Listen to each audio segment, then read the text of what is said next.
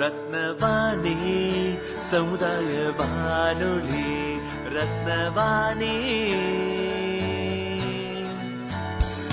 உங்க பிரச்சனைய சொல்லுங்க, தீர்வைய உடனே கேளுங்க, வெளியே வந்து குரல் கொடுங்க. இது மக்களுக்கான சேவை. அற்புத தெரிஞ்சுக்கோ, தமிழில் சொல்றோம் புரிஞ்சுக்கோ. ரத்னவாணி சமுதாய வானொலி. ரத்னவாணி. ரத்னவாணி 90.8 சமுதாய வானொலி ஒலிபரப்பு கோவை ஈச்சனாரி ரத்தினம் கல்லூரி வளாகத்தில் இருந்து ஒலிபரப்பாகிறது.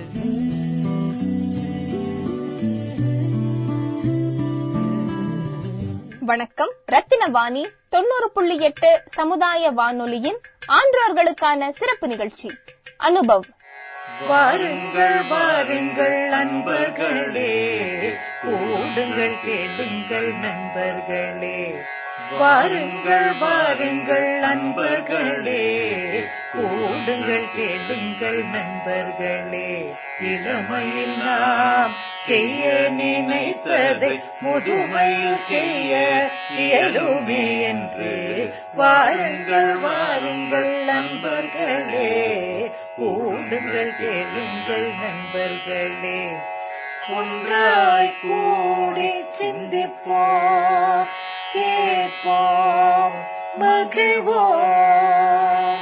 சிந்திப்போம், கேட்போம், மகிழ்வோம். இந்திய அரசாங்கத்தின் அறிவியல் மற்றும் தொழில்நுட்பத்துறை என்னும் டிபார்ட்மெண்ட் ஆஃப் சயின்ஸ் அண்ட் டெக்னாலஜியால் நிறுவப்பட்ட விக்யான் பிரசார் என்னும் துறை மற்றும் அழகப்பா பல்கலைக்கழகம் இணைந்து வழங்கும் 60 வயதிற்கும் மேற்பட்ட ஆன்றோர்களை உள்ளிணைக்கும் புதுமையான சமுதாய வானொலி நிகழ்ச்சி அனுபவ்.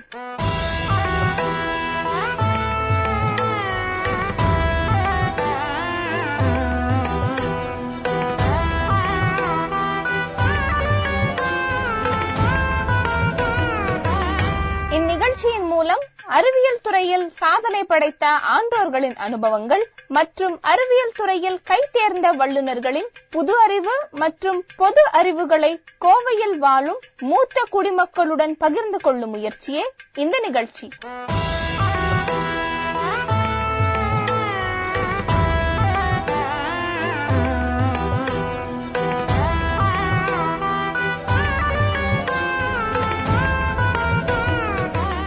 இன்னைக்கு நம்முடன் இணைந்திருக்கும் அனந்த ராமகிருஷ்ணன் ஐயா அவர்கள் தேசிய அளவில் புகழ்பெற்ற ஃபயர் சேஃப்டி ஆபீசர். இன்னைக்கு எங்க கூட இணைந்ததுல மிகவும் மகிழ்ச்சி சார். ஓ, தேங்க்யூ தேங்க்யூ.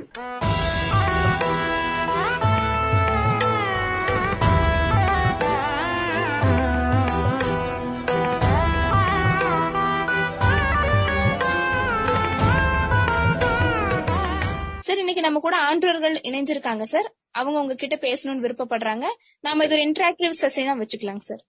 மிக்க நன்றி டாக்டர் கிருஷ்ணன் அவர்களே.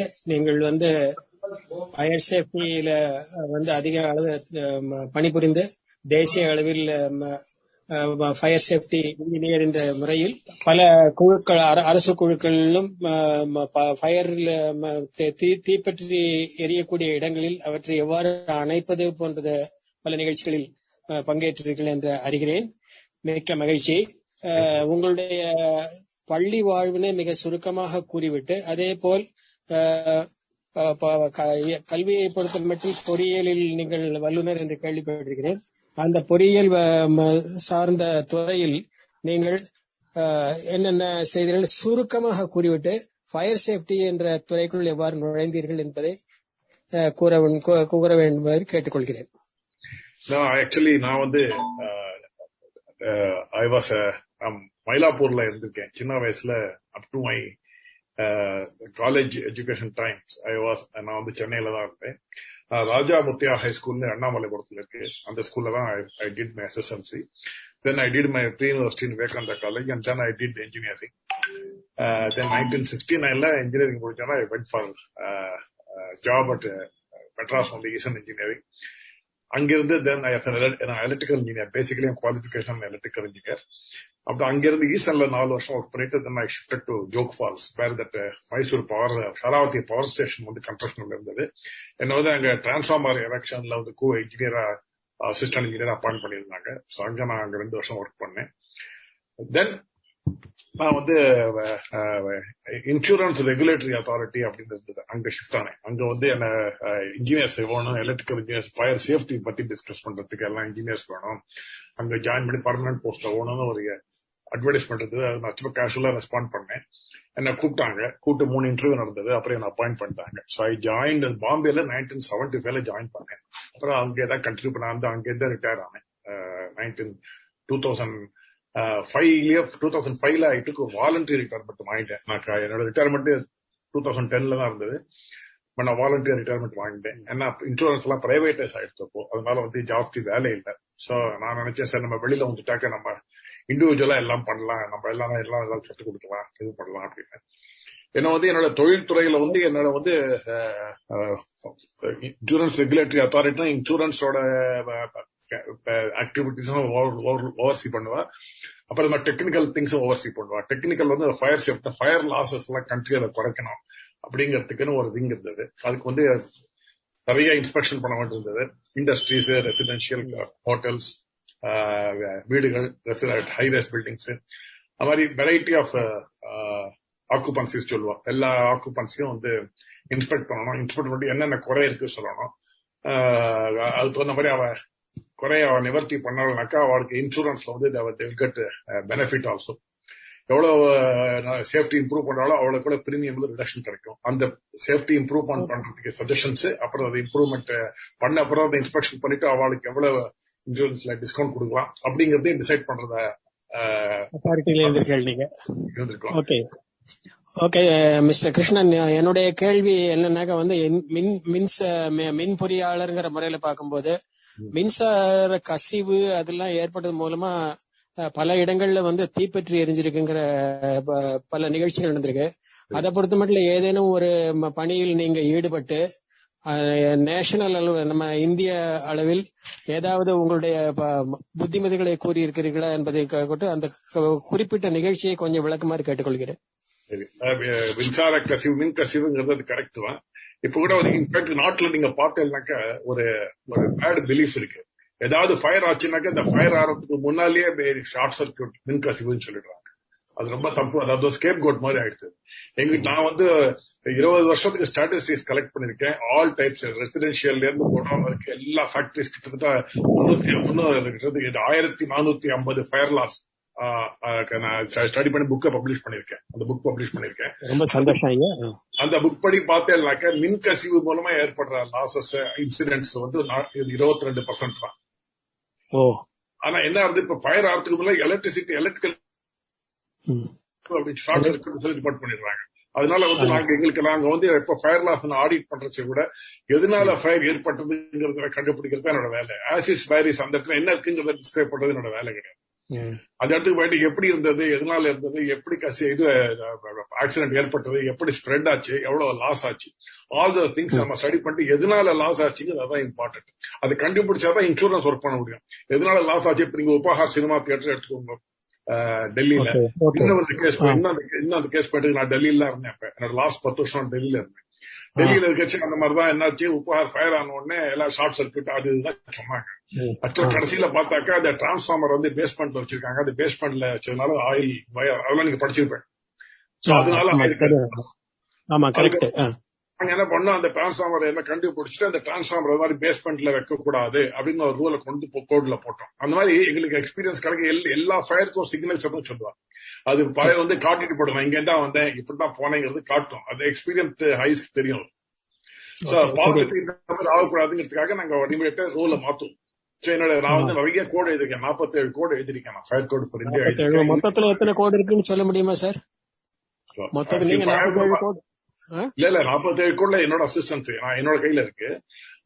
கிட்டத்தட்ட கோடுன்னு பாத்தீங்கன்னா இந்த ஃபயர் சேஃப்டி, லைஃப் சேஃப்டில கிட்டத்தட்ட 200 கோடு இருக்கும். நிச்சயமா 200 கோடு. ரொம்ப மிகப்பெரிய டாக்குமெண்ட் அது ஆக்சுவலி. ஓகே, 200 கோடுக்கு எல்லா கோடும் வந்து அப்பப்ப ரிவைஸ் பண்ணணும். நேஷனல் பில்டிங் கோட்னு ஒண்ணு இருக்கு. அந்த நேஷனல் பில்டிங் கோட் தான் தட்ஸ் பைபிள் ஃபார் இந்தியா. அந்த எந்த பில்டிங் கட்டினாலும் நேஷனல் பில்டிங் கோட்ல வந்து எல்லாம் போட்டிருப்பாங்க. அதுல நான் ஒரு பிரைம் நம்பர் அதுல. அதுல வந்து அந்த 9 டைப் ஆஃப் ஆக்குபன்சி இருக்கு. ரெசிடென்ஷியல்ல இருந்து கோடவுன்ஸ் வரைக்கும் அந்த 9 ஆக்குபன்சி எப்படி கட்டணும், எந்த மாதிரி பில்டிங் மெட்டீரியல்ஸ் யூஸ் பண்ணணும், எந்த மாதிரி டோர் ஸ்பெசிபிகேஷன்ஸ் இருக்கு எல்லா இடத்துக்கும். எல்லாத்துக்கும் அதான் ஃபயர் ஆடிட்னு போனாக்க இதெல்லாத்தையும் பார்க்கணும், இதெல்லாத்தையும் பார்க்கணும். சோ அந்த மாதிரி சிச்சுவேஷன் அந்த மாதிரி இருக்கிறதுனால எனக்கு வந்து நான் வந்து வேற எங்கேயும் வேலை செய்யறது இஷ்டப்படல. ஏன்னா நான் கோட் ரைட்டிங், சேஃப்டி, கேப் அனாலிசிஸ்னு சொல்லுவா இங்கிலீஷ்ல. அப்படின்னா என்ன அர்த்தம்னா, என்ன வேணும் என்ன இருக்கு, சோ என்ன வேணும் என்ன இருக்கிறத ஈக்குவேட் பண்ணணும். அப்ப நடுவுல பூந்துக்கு இந்த அனாலிஸ் பண்ணணும், எது இருக்கு எது இல்லன்னு பார்த்து அந்த கேப் அனாலிசிஸ் பண்ணி அந்த கேப்பை குறைக்கணும். கேப்பை எலிமினேட் பண்றது ரொம்ப கஷ்டம். ஆனா எவ்வளவு குறைக்க முடியுமோ அவ்வளவுக்கு நம்ம வந்து நஷ்டங்களை குறைக்க முடியும். லைஃப் சேஃப்டி ஜாஸ்தி இம்ப்ரூவ் பண்ண முடியும், ஃபயர் சேஃப்டி இம்ப்ரூவ் பண்ண முடியும். ஆனா ஆக போற லாஸ் ஆகிட்டு தான் இருக்கும். பட் அதுக்கு ஹியூமன் கேர்லெஸ்னஸ் அதெல்லாம் இருக்கு, அதனால ஆகிட்டு தான் இருக்கும். But we can try our best to see that the losses are minimized. அதாவது மின்கசிவு சம்பந்தமா நீங்க கொடுத்த விவரங்கள்லாம் மிகவும் பயனுள்ளதாக இருந்தது மட்டும் இல்ல, இன்ட்ரெஸ்டிங்கா சுவாரஸ்யமாவும் இருந்ததுங்கிறது ஒத்துக்கிறேன். அதுவும் குறிப்பா 200 கோடுகள்ல உங்களுடைய கோட் மாத்திரமே 47ங்கிறது நல்ல சதவீதம். மிக சந்தோஷமான விஷயம் எங்களுக்கு கேட்கறதுக்கு. ஃபயர் சேஃப்டியை பொறுத்த மட்டும் இன்னொன்னு என்னன்னா, பொறுப்பின்மை, மக்களுடைய பொறுப்பின்மை. அதன் காரணமா என்ன, கையில கூட சில தீப்பற்றக்கூடிய பொருட்கள், உதாரணத்துக்கு மண்ணெண்ணெய், அந்த மாதிரி இடங்கள் எல்லாம் வந்து பொறுப்பில்லாத இடங்கள்ல வச்சுட்டு போயிடுறாங்க, வண்டியில எடுத்துட்டு போயிடுறாங்க. அது சம்பந்தமான அது ஒரு கேள்வி. இன்னொன்னு, தீப்பற்றக்கூடிய ஏற்கனவே இருக்கக்கூடிய ஃபயரோடு இருக்கக்கூடிய சிகரெட்டு, பீடி அந்த மாதிரி எல்லாம் வந்து குப்பைகளுக்கு நடுவுல குப்பை குமிஞ்ச உடனே குப்பை கொஞ்ச நாள் கழிச்சு திடீர்னு தீப்பத்தி எரியுது. உதாரணத்துக்கு மேல சருகுகள் போட்டிருப்பாங்க, இலை துண்டுகள்லாம் கூட இருந்திருக்கும், அப்புறம் குச்சிகள்லாம் இருந்திருக்கும். அது எல்லாமே பாக்குறதுக்கு வெளியில பாக்குறதுக்கு ஒண்ணுமே இல்லைன்னு இருக்கும். திடீர்னு 1 மாசம் பொறுத்து அங்க இருந்து எரியும். இந்த 2 கேள்விக்கு நீங்க கொஞ்சம் சுருக்கமா பதில் சொல்லுங்க சார். அது கரெக்ட் தான். ஏன்னா அதுக்கு வந்து வீடுகள் இருக்கிற இடத்துல, நீங்க பர்டிகுலர் வீடுகளை பத்தி கேட்டதால நான் சொல்றேன். வீடுகள் இருக்கிற இடத்துல அது மாதிரி நான் இருக்கிற இடத்துலயே கிரீனரி நிறைய இருக்கு, அங்கேயே ஒரு ஃபயர் ஆச்சு. இந்த மாதிரிதான் நீங்க சொல்ற அதே கேஸ் சொல்றச்சே எனக்கு ஞாபகம் வந்தது. ஒரு 1.5 வருஷத்துக்கு மேல வந்தது. அதான் ட்ரை லீவ்ஸ் எல்லாம் வந்து ஒரு இன்ட்ரெஸ்டிங். அதெல்லாம் மேல விழுந்திருக்குமே தவிர எப்ப பத்திக்கும் சொல்ல முடியாது. ஏன்னா நீங்க அதுக்கு ஒரு ஃபியூல் கூட தேவையில்லை, எரிக்க கூட தேவையில்லை. ஸ்பான்டேனியஸ் கம்பஸ்டன் ஒரு ப்ராசஸ் இருக்கு, அது மூலமா தனக்குத்தானே வந்துட்டு மேல எரிய எரிஞ்சிருக்கும், சூடு கீழே வரனால எரிஞ்சிட்டே இருக்கு.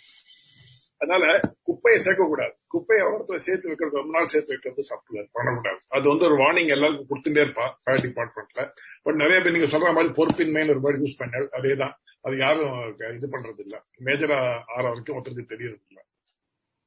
சோ அதனால அது நிச்சயமா பண்ணி ஆகணும். அப்புறம் வந்து இந்த இன்னொன்னு சொன்னீங்க, நீங்க சரியான அவங்களுக்கு போய் சேர்றது இல்ல மெசேஜ் அப்படின்னு. என்னன்னா எல்லா இடத்துல நாங்க ஃபயர்ல வந்து செமினார் பண்ணிட்டு தான் இருக்கோம். எல்லாம் இது நிறைய ஜூம் ப்ரோக்ராம் போயிட்டு இருக்கு, எல்லா எஜுகேஷன் ப்ரோக்ராம் போயிட்டு இருக்கு. That is open to all, that is free for all. But வந்து சேர்றவங்க ரொம்ப கொஞ்சமா தான் இருக்கா. அப்படி வந்து சேர்றவங்க வந்து ஜாஸ்தி இன்ட்ரெஸ்ட் காட்ட மாட்டேங்கிறா.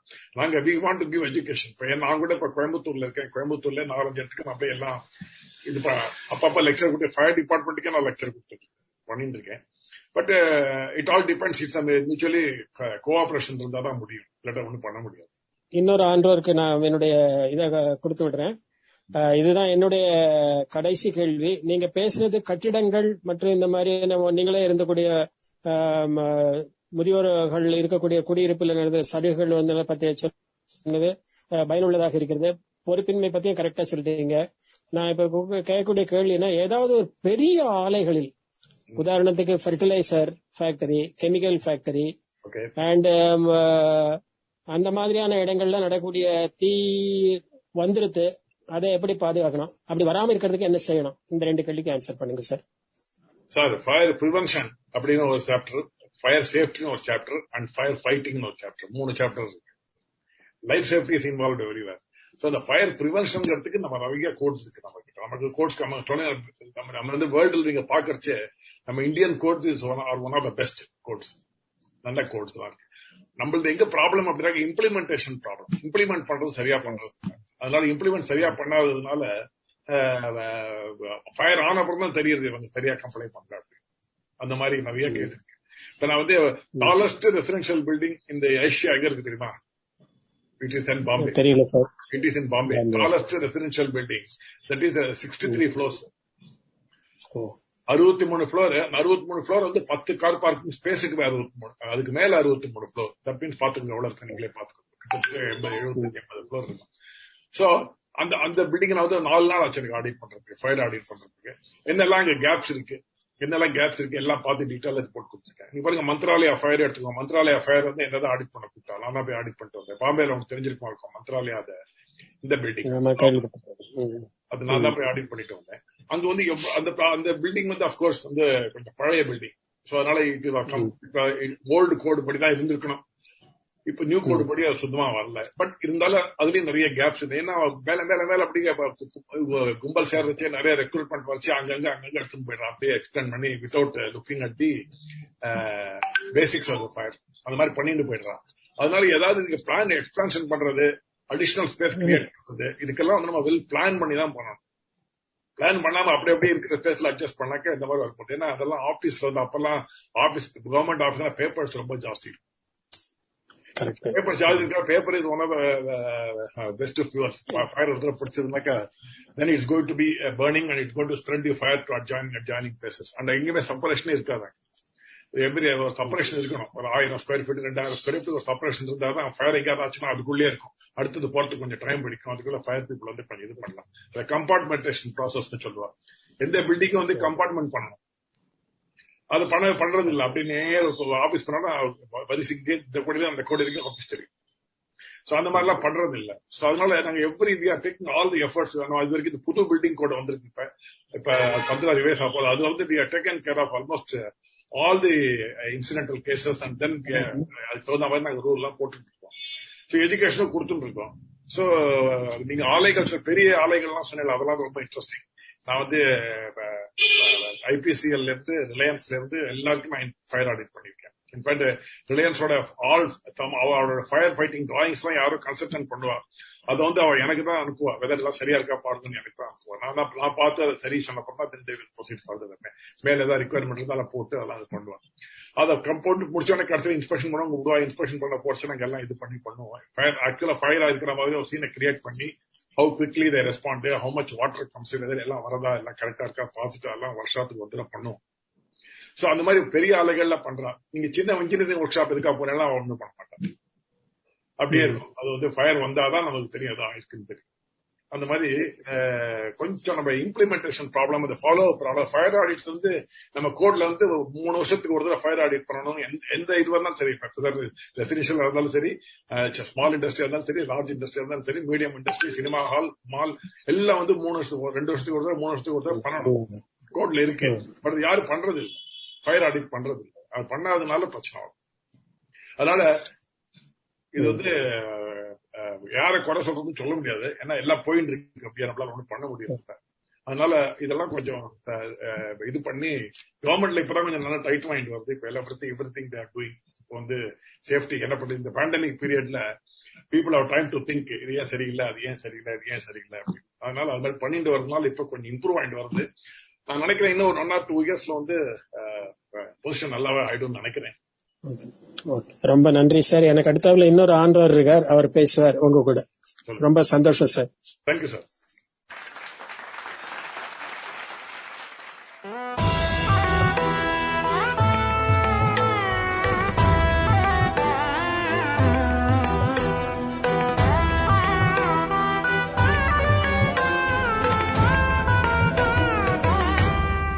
இந்திய அரசாங்கத்தின் அறிவியல் மற்றும் தொழில்நுட்பத்துறை என்னும் டிபார்ட்மெண்ட் ஆஃப் சயின்ஸ் அண்ட் டெக்னாலஜியால் நிறுவப்பட்ட விக்யான் பிரசார் என்னும் துறை மற்றும் அழகப்பா பல்கலைக்கழகம் இணைந்து வழங்கும் 60 வயதிற்கும் மேற்பட்ட ஆன்றோர்களை உள்ளிணைக்கும் புதுமையான சமுதாய வானொலி நிகழ்ச்சி அனுபவ் என்னும் இந்நிகழ்ச்சியின் அடுத்த அத்தியாயத்தில் உங்களை சந்திக்கிறோம்.